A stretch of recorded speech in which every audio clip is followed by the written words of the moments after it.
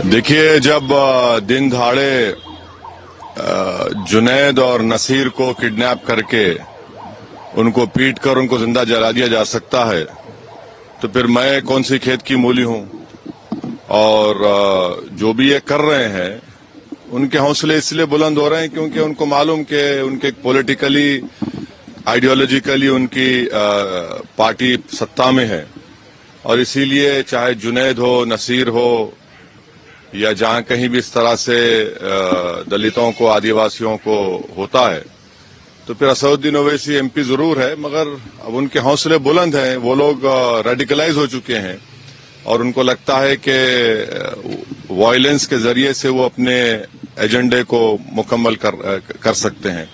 तो ये चौथी मर्तबा मेरे घर पर हमला हुआ है, और आप देख रहे हैं कि 10 कदम के फासले पर दिल्ली पुलिस का हेडक्वार्टर है, और ये बाजू ईसीआई है, हाई सिक्योरिटी जोन है, इतने कैमराज हैं। मगर कल 12:30 बजे डीसीपी साहब आए थे, हम उनको ही बोले कि आप देख लीजिए, अपने कैमराज में देख लीजिए, निकाल लीजिए उनको। ये हर बार हमसे होता है। पिछले बार पिछली गेट से हम स्पीकर साहब से इजाजत लेकर पिछली गेट का परमिशन खुलाए, क्योंकि एक बार अंदर घुसकर हमारे जो डोमेस्टिक हेल्पर हैं, जो 50-60 साल से यहाँ पर राजू साहब को, राजू लाल को उन्होंने पीटा था, वहां पर जाकर उन्होंने यूपी इलेक्शन के दौरान में लाइव टेलीकास्ट फेसबुक पर करके पत्थर मारे। अब ये हो रहा है, तो ये मुझे लगता है कि हम लोग और आप न्यू इंडिया देख रहे हैं। सर, किस पर शक है? कौन लोग हो सकते हैं? मुझे नहीं मालूम कौन लोग हो सकते हैं। यकीनन ये वही लोग हो सकते हैं जो नाथूराम गोडसे की आइडियोलॉजी को मानते हैं, जो वायलेंस पर भरोसा रखते हैं, जो रूल ऑफ लॉ और संविधान को खत्म करना चाहते हैं और नफरत को आम करना चाहते हैं। तो यही लोग हो सकते हैं। मगर इंडिविजुअली कौन है मैं नहीं जानता। अब इतने सीसीटीवी कैमराज हैं, आप लोग अपने रिलायबल सोर्सेस का इस्तेमाल करिए ना, अब के बार तो कम से कम। हाँ, अब ये तीसरा सवाल है। हाँ, हाँ।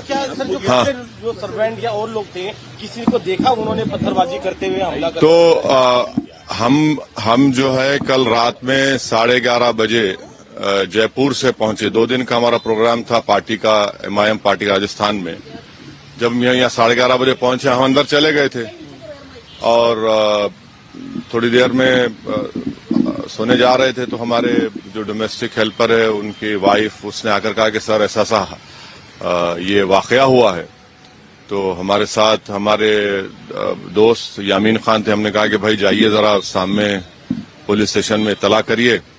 और फिर वो लोग आए और देखे, हम तो नहीं थे, जब आए देखे यहाँ पत्थर भी थे हमारे साथ। तो आजकल केंद्र सरकार ने Z कैटेगरी हमको दे दी है, तो वो भी एक बहुत बड़ा हम पे बोझ है। तो खैर वो लोगों ने भी देखा, पुलिस ने देखा, वो उनको पता चलेगा। वो आप लोग अपने सोर्सेस का इस्तेमाल करिए भाई, वो कैमरे में।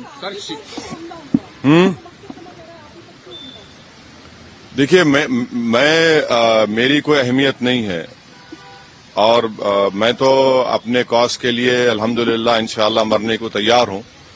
मगर ये तो देश को सोचना पड़ेगा कि जो लोग जो वायलेंस को, हिंसा को इस्तेमाल कर रहे हैं, इससे देश कहां तक मजबूत होगा या कमजोर होगा, कहां तक हमारे कानून की व्यवस्था अच्छी होगी या आम जनता का उससे एतमाद उठ जाएगा।